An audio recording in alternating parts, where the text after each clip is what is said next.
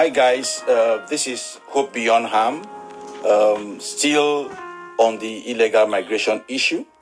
As we are all aware, it's a very challenging situation. The only way we can put a lasting solution to this problem is to be able to create, solutions and alternatives. In search for alternatives, we traveled recently to a little city-stroke island somewhere in Turkey. And, what we saw there really blew our minds. A country without crude oil, without, mineral resources, but just through tourism, agriculture, and manufacturing, they have been able to stabilize themselves and make the country is really, really highly developed. I was seriously impressed. And that brought some reflection to my mind's eye on what is happening to Nigeria, the giants of Africa we used to know. When I was younger, Nigeria was a country people ran to, not away from. Ghanaians, Liberians, Sierra Leoneans, they came, to Nigeria to seek refuge. Opportunity and safety. Nigeria was strong and generous and proud. We were called the giant of Africa, and it wasn't just a nickname. Our economy was booming, our currency was strong, and our influence stretched across the continent. But today, it breaks my heart to see our young people risking their lives in the desert, in overcrowded boats, chasing opportunities that used to exist here at home. So I asked myself, what happened to Nigeria? Why has the giant become so quiet, even reluctant to lead? There was a time when Nigeria set the pace for Africa. During the oil boom of the 1970s and the early 80s, we had one of the fastest growing economies in the world. People came to Nigeria to work, teachers from Ghana, engineers from Egypt, traders from across West Africa. In my secondary school days, we had Indians teaching all kinds of science subjects. Our universities were filled with foreign students. Nigeria wasn't perfect, but indeed Nigeria was promising. We led peacekeeping missions in Liberia and Sierra Leone through the ECOMOG. We gave asylum to refugees. We helped shape the economic community of West African states, ECOWAS. The world respected Nigeria, not just for its wealth, but for its leadership and compassion. That was the Nigeria I knew while I was growing up, a country that gave hope to others. But somewhere along the line, something happened. Our leaders forgot that leadership requires vision and sacrifice. The economy became and is still mismanaged. Corruption became normal. Public trust began to fade. Factories closed down. Power supply failed constantly. Jobs disappeared.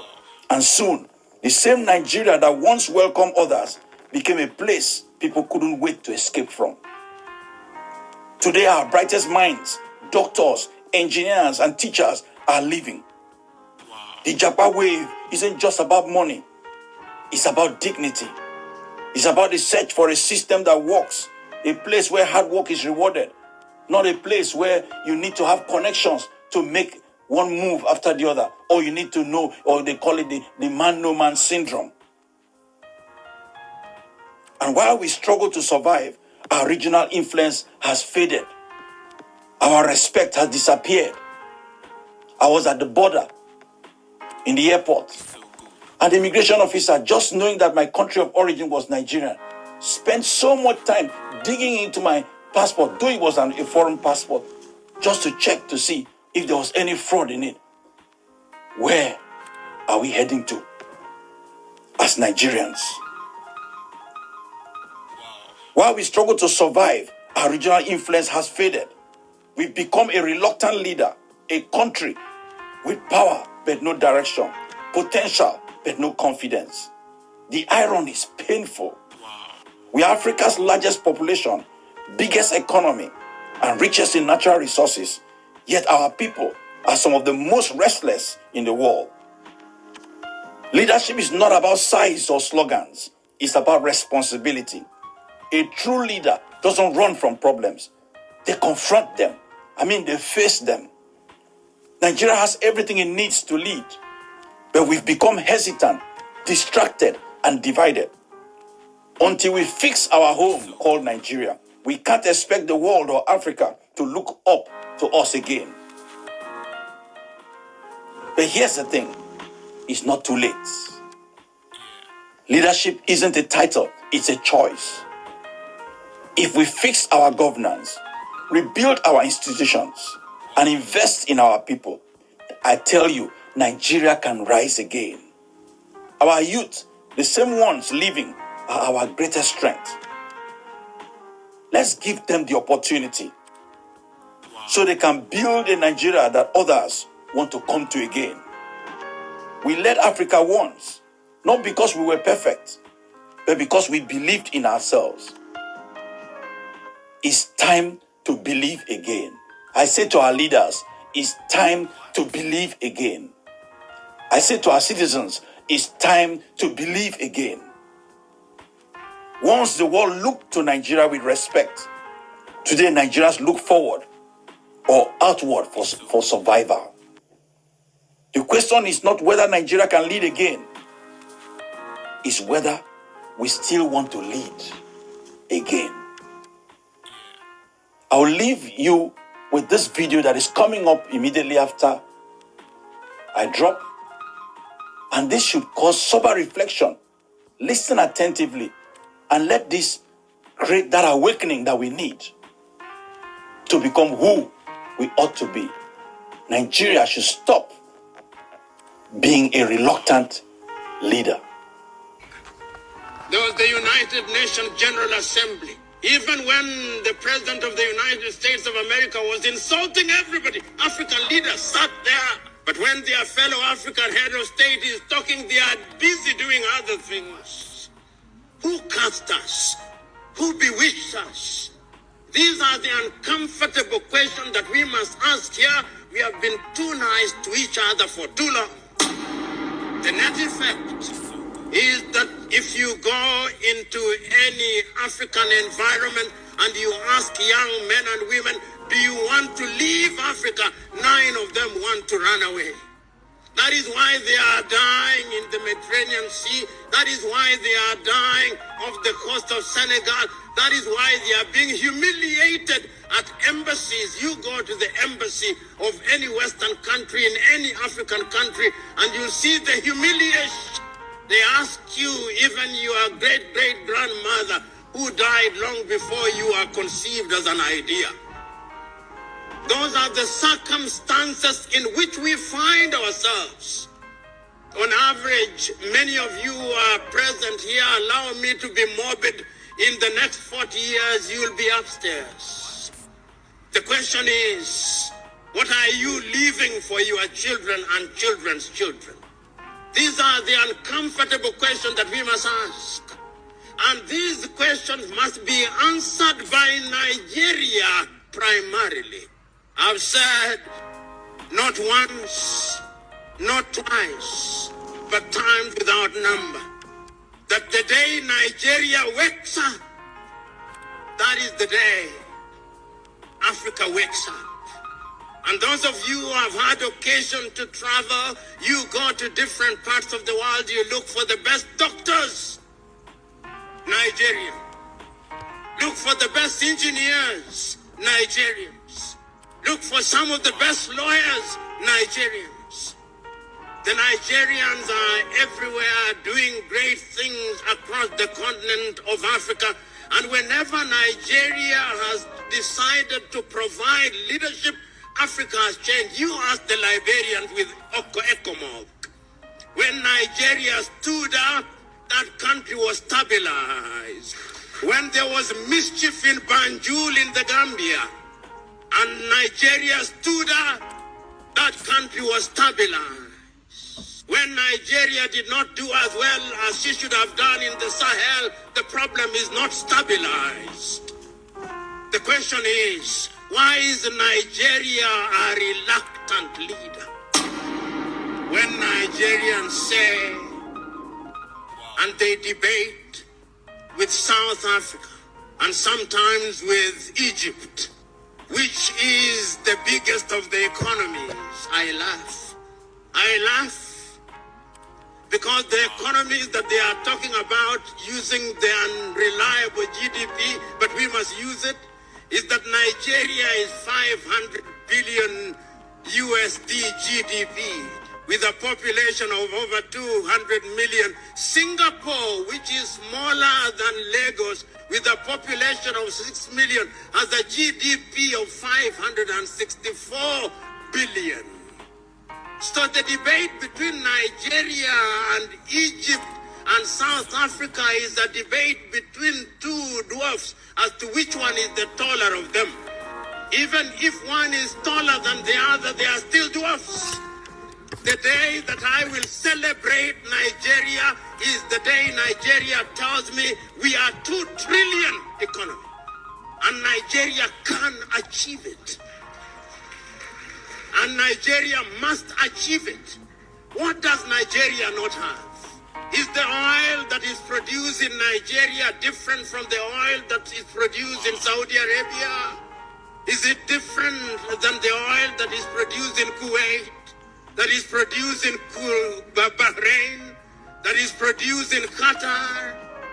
Why must Nigeria not be the leader that has pipelines across the continent of Africa? Why can she not do it? She can.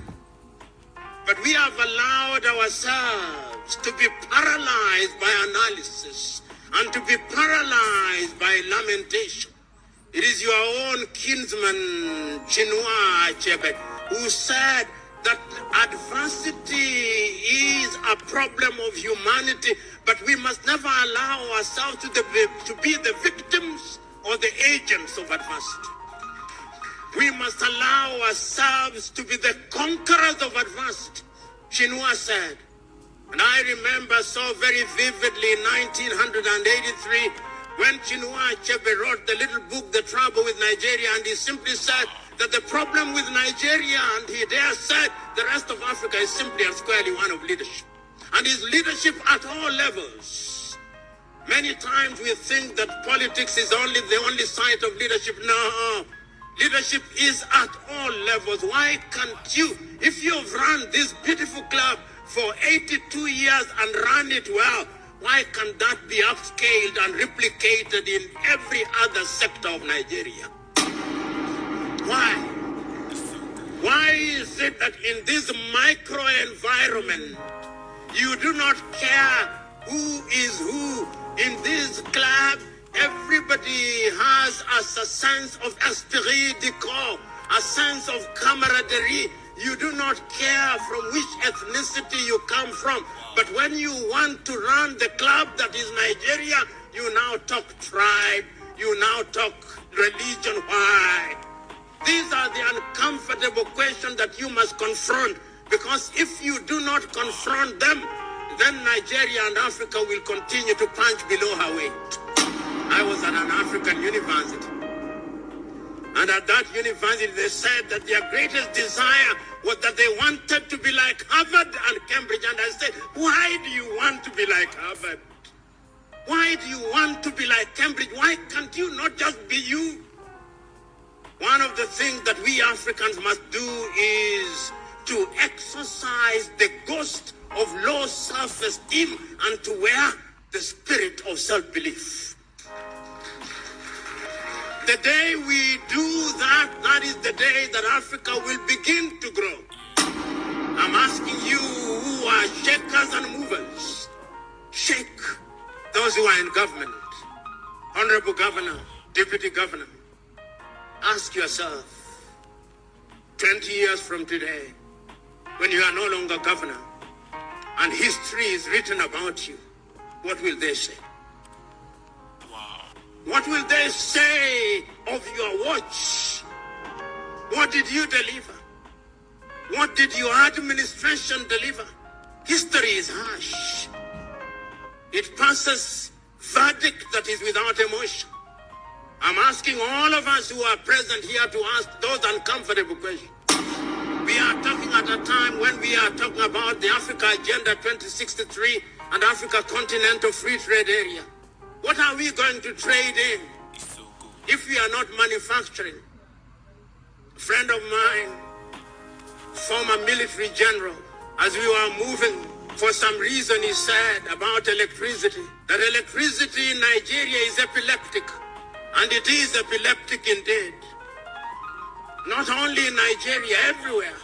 There is not a single place that you travel to Africa in today and you are in a hotel room, within 1 hour electricity has gone. Electricity is not rocket science, but for some reason we are unable to supply stable electricity. Who cast us? Who bewitched us?